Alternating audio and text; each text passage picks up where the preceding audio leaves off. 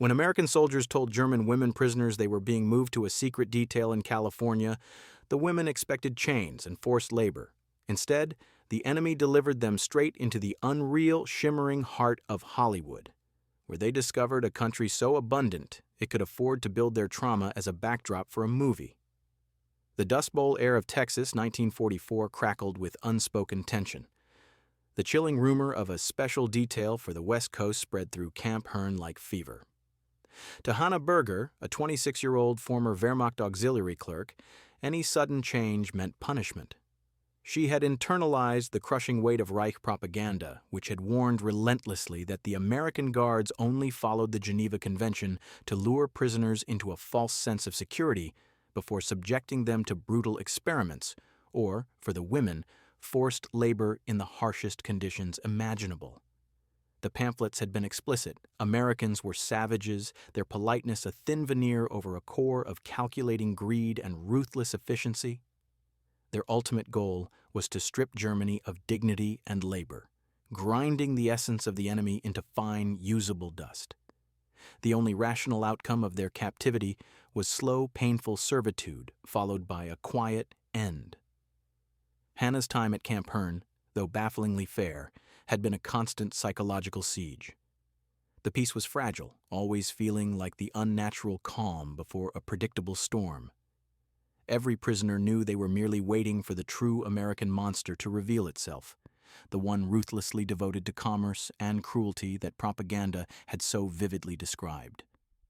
Our defeat is merely a commercial transaction to them, she constantly reaffirmed, hardening her will, and we are the final, exploited raw material for their insatiable machine. We must remain vigilant, disciplined, and ready for the inevitable shift to brutality, because that is the only rational response to victory. This mental hardening was her only remaining defense against despair, a wall built of pure ideological granite. She lived by the German word for duty, Pflicht, using it as armor, hoping to shield her mind from the foreign toxin of American apathy, which she fundamentally mistook for profound malice.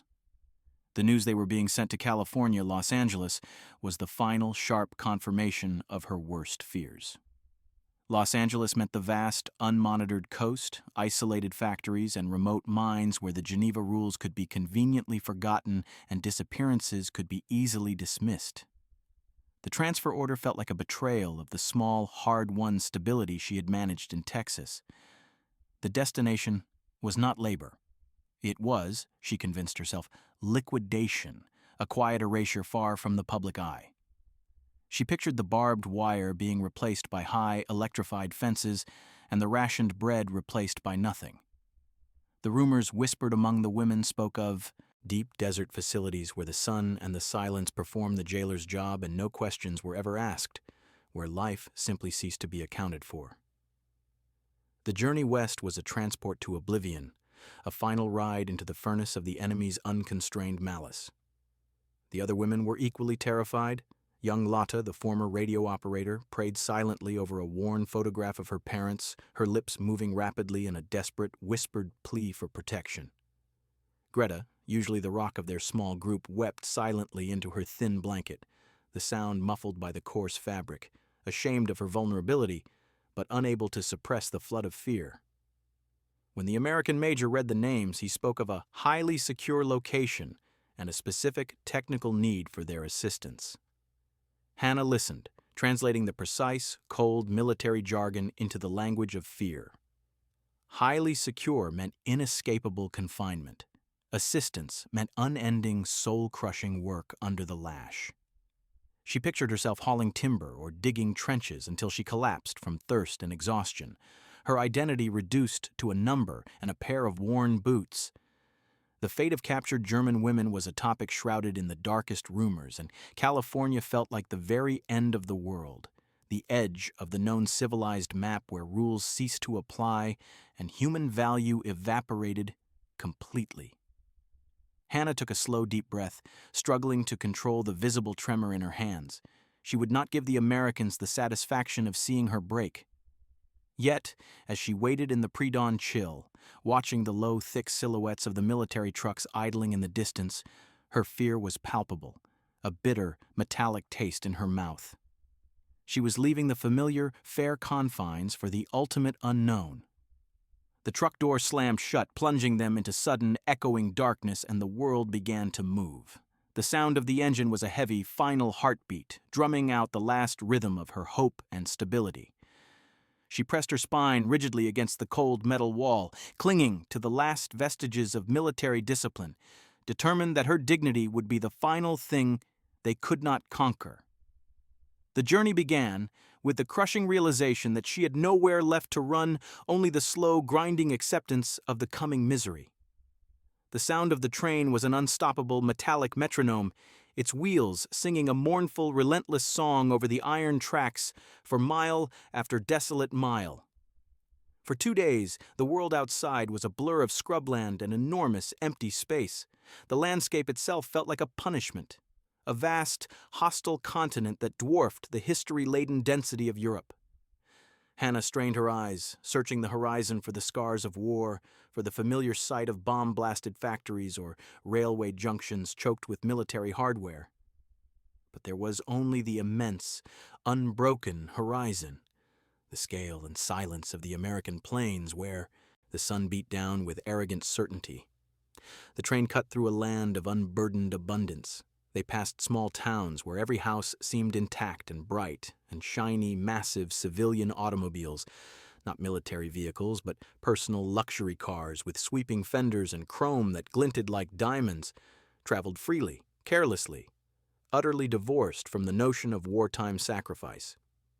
The sheer quantity of gasoline being spent on simple personal transport alone felt like a crime against the war effort, where Germany had choked its armies for fuel. It was a careless, confident display of unspent national energy, a sign that this was not the broken nation they were promised. It was an empire built on endless, untapped resources and a freedom they could not conceive. The propaganda had not lied about American wealth, but had fatally miscalculated how that wealth was expressed, not in cruel efficiency, but in nonchalant excess. This indifference was more terrifying than any hate, because it suggested their struggle had been meaningless, a mere historical footnote to a nation that had simply never been seriously inconvenienced.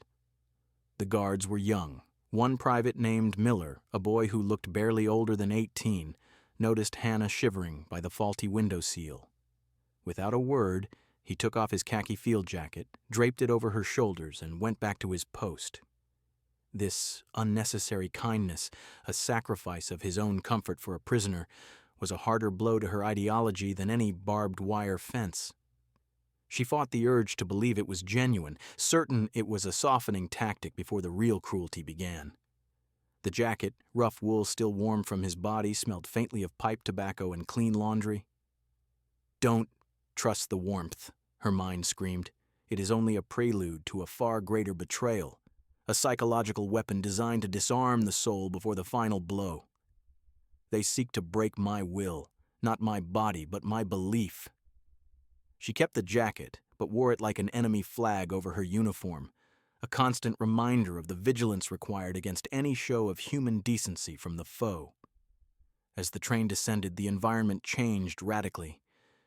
The air grew suddenly soft, thick with a humid haze, and the first rows of exotic palm trees appeared, their fronds waving with absurd elegance against a brilliant blue sky. The atmosphere became dense with salt and the heady, sweet scent of blooming oleander. The city of Los Angeles hit Hannah's eyes like a shockwave, a brutal transition from the dusty past into a hyper-real present. It immediately felt like a mirage, a fever dream of brilliant sunshine and tropical perfume. The boulevards were wide, flowing streams of traffic, and the people were dressed in vibrant colors, reds, yellows, and greens that had been sacrificed for austerity and warfare in Germany long ago. The opulence was staggering. Hannah watched a woman pass a corner shop carrying a large white paper bag overflowing. With a dozen fresh oranges and what looked like a pineapple, its sharp green leaves mocking the idea of scarcity. The sheer sight of such reckless waste felt like a deliberate, profound insult, a visual display of wealth so vast it was unchallengeable. This level of ease was incomprehensible to a woman raised in a culture built on sacrifice and scarcity, where every scrap had a moral value. The contrast was a psychological bomb designed to explode the foundations of her loyalty. The very air felt lighter, untainted by the smell of fear or rationing. The military bus turned off the wide boulevards and entered a network of high-walled facilities. The atmosphere inside was a dizzying blend of chaos and control, the persistent hammering of construction mixed with the sudden soaring swell of orchestral music coming from a hidden source. Hannah realized the walls were not military defenses, but shields protecting a massive, delicate industry dedicated to creating illusions, the factories of dreams. She caught a glimpse of massive painted backdrops, pictures of European skylines perfectly whole, jarringly incorrect, confirming they were on a film studio lot. This discovery added a layer of surreal dread. Were they to be used in some cinematic propaganda piece, forced to act out their own defeat? Finally, the bus halted beside a massive, low-sound stage. Hannah took a deep breath, bracing for the smell of chemicals and the shout of officers. Instead, the air smelled of sawdust, fresh paint, and the dizzying, pervasive scent of human ambition and creativity. The ground vibrated with activity, yet everything felt like a highly managed stage show, governed by the impersonal logic of a shooting schedule. A man in a rumpled suit holding a stopwatch and a clipboard took charge. "Move along, ladies," he called out, his voice sharp with commercial urgency. Hannah braced for a labor camp. Instead, as she followed the group through a dark, echoing corridor, the heavy door on the far end swung open, and the women walked out onto a place that defied all logic. They were in a city of ghosts, a massive, meticulously rendered replica of a bombed-out European capital stretching hundreds of feet under the sun. Hannah stopped instantly, her breath catching in her throat, feeling a rush of vertigo and nausea. She saw a cathedral spire snapped in half, windows shattered with deliberate radial fractures. But the air carried no scent of dust or real injury, no smoke, no cordite, no residue of despair. This was ruined without the stench of suffering. The silence of the devastation was the most unnatural thing. A real ruin never stopped whispering its tragedy in dust and grit, and this set was sterile, an insultingly clean wound. The deep shock came from the fact that it was all spotless. The rubble was neatly placed. The whole scene was an agonizing stage of devastation, flawlessly clean and ready for its close-up. They had left authentic, choking devastation only to find it reproduced here, in the midst of American wealth, as a piece of theater. The irony was so immense it physically hurt. This is what they think of our suffering. A mere backdrop, perfectly swept for their cameras. Is our tragedy so cheap it can be bought and sold for a ticket price? This realization threatened to dismantle her loyalty more effectively than any military defeat. A production assistant rushed by, yelling about lighting. This elaborate illusion was a monument to abundance. They had so much material and money that they could afford to build an entire ruined city just to film a few scenes, an act of creation that mirrored the scale of the destruction itself. The sheer cost of this single set could have rebuilt half a real German town. "Look," whispered Lotta, pointing to a wall where a propaganda poster, written in faded German, was peeling back to reveal unstained plaster. "It's all paint." This fake ruin was more orderly than the real ruins Hannah's family was living in back home. The set revealed a terrifying truth. The Americans didn't need to know the true struggle.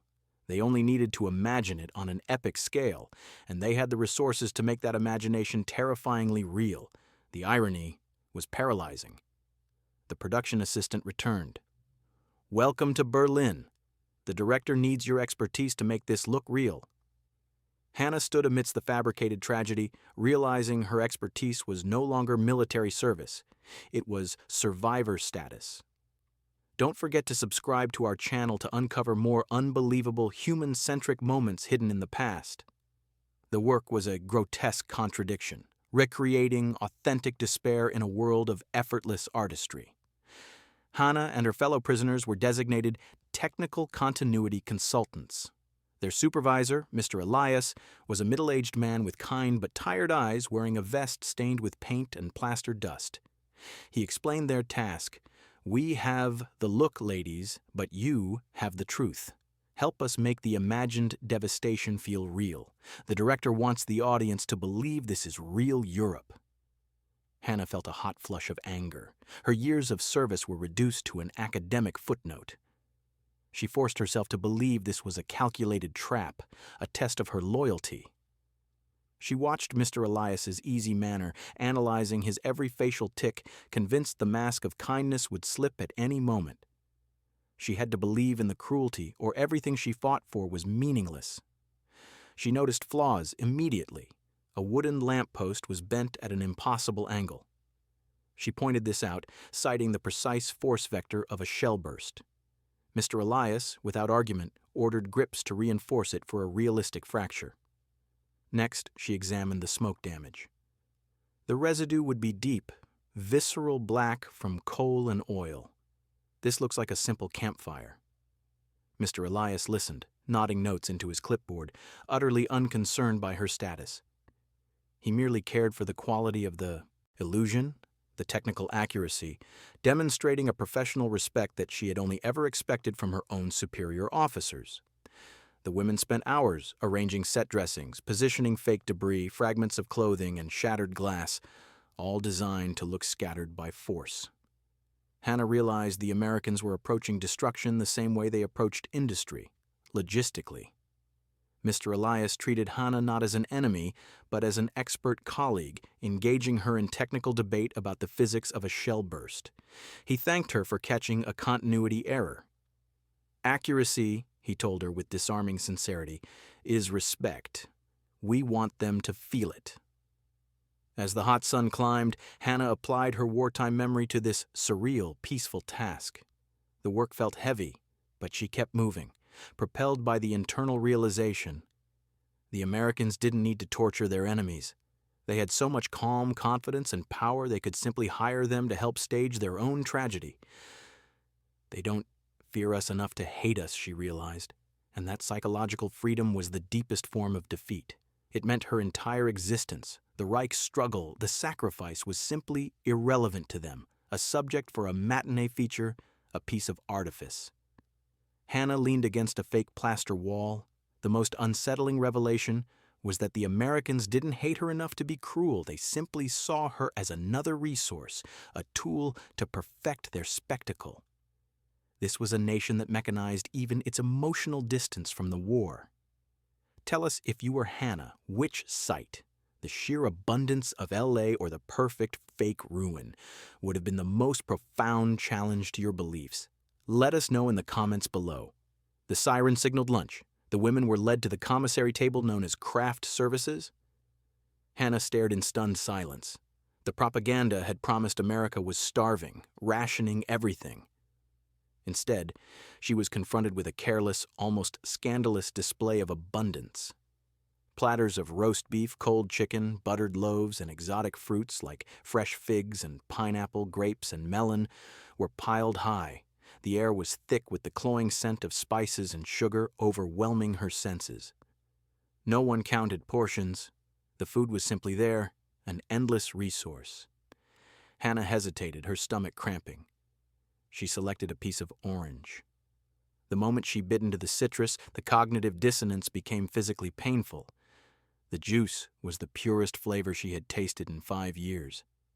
The memory of her meager wartime rations, the thin soups and ersatz coffee, collided violently with this single, carelessly peeled orange.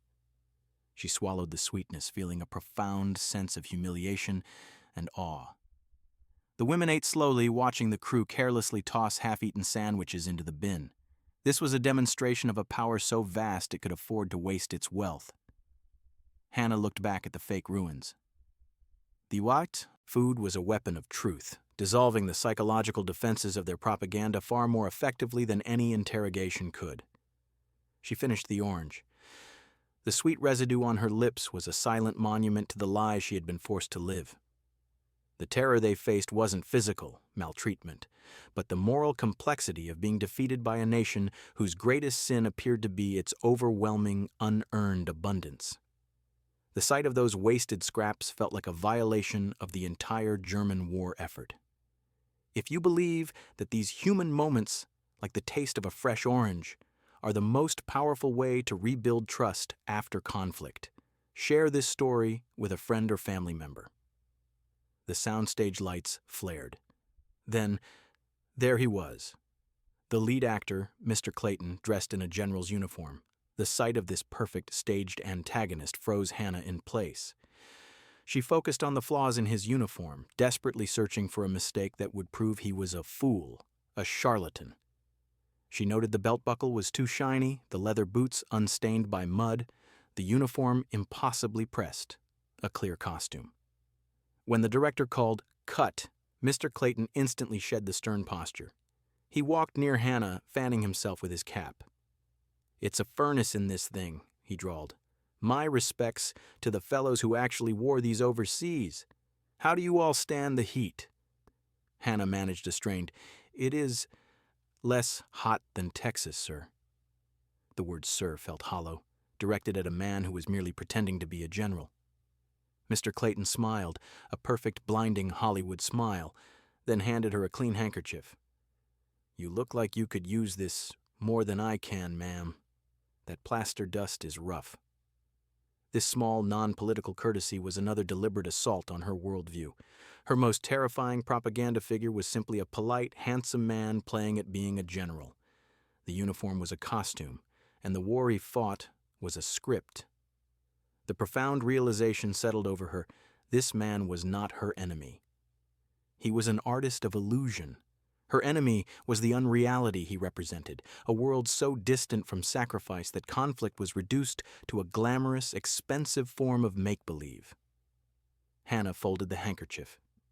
She knew that when she looked at American power in the future, she would see not the fierce general on the screen, but the kind face of a civilian actor whose only real worry was the heat of his costume.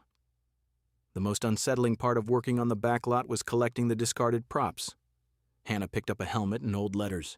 Everything was designed to look authentic. Then, her hand closed around a locket made of cheap brass but intricately damaged. Inside were two tiny sepia-toned photographs of children. The locket was meant to break the heart of the viewer. Hannah stared at the little faces. This locket was a lie, yet it represented the ultimate arrogant ease with which America could appropriate, package, and sell the suffering of an entire continent. The cumulative shock was too much. The locket was the breaking point. Hannah sat back, clutching the brass, her shoulders starting to shake. She was crying for the real children, the real ruins, the real sacrifices that Hollywood had reduced to this clean, manageable prop. The tears came from the exhaustion of holding a broken worldview together for too long. She began to weep, silently, burying her face in the cool synthetic dust. She placed the locket gently back onto the artificial rubble. Her breakdown was complete, and she waited for the inevitable reaction. But no one shouted. Mr. Elias, the set supervisor, approached with quiet caution. He sat down on a broken prop crate, pulled a thermos, and offered it to her. "Coffee," he said simply. "It's nearly cold now, but it'll do." Hannah took the cup. The coffee was strong, bitter, and real. Mr. Elias spoke, not as a jailer, but as one exhausted adult to another. "That stuff," he nodded toward the locket, "is the hardest part of the job, making people feel something that isn't ours to feel." He shared a simple story about his own son fighting overseas. His revelation was an offer of empathy. "We're trying to figure out how to imagine it," he said, "because if we don't imagine what it cost, the next generation won't know enough to stop it from happening again." Hannah sipped the coffee. This quiet admission was the deepest form of respect she had received. His strength lay in his capacity for recognition, a strength she had been taught only fear could deliver. The sun began to dip. Hannah handed back the thermos. "Thank you, Mr. Elias," she said. Mr. Elias shrugged. He helped her up. The moment of crisis had passed, and Hannah knew that when she looked at American power again, she would remember the polite man who offered her cold coffee and the empathy of a shared, complicated history. The military bus rumbled back to life, the sound of the engine, a final curtain call. Hannah sat by the window, watching the high walls of the studio complex recede. She was returning to captivity, but her mind had been set free. Clutched in her palm was her souvenir, a fake, ornate brass button. It was a souvenir not of battle, but of psychological conversion. It became the ultimate symbol of the difference between her reality and the American one. The true insurmountable power of the United States was the ability to produce abundance and dreams without strain. Hannah spent the long hours cataloging the details that shattered her conditioning: the fresh orange, the polite actor, the casual honesty of Mr. Elias. They had been treated with professionalism, a concept that implied worth and dignity. As the train crossed back into the silence of the Arizona desert, Hannah opened her journal. "We have been beaten," she wrote. "But the victory was won not on the battlefield, but in the ordinary kindness of a man who offered coffee. I leave, realizing that the true threat is that they are not our monsters. They are merely people who live in a world beyond our imagination." She was leaving Hollywood not as a prisoner of war, but as an ambassador of an unbelievable reality. If this story of unexpected truth and the quiet collapse of propaganda changed the way you look at history, please hit like on this video. And don't forget to subscribe to join us as we uncover more unbelievable human-centric moments hidden in the past.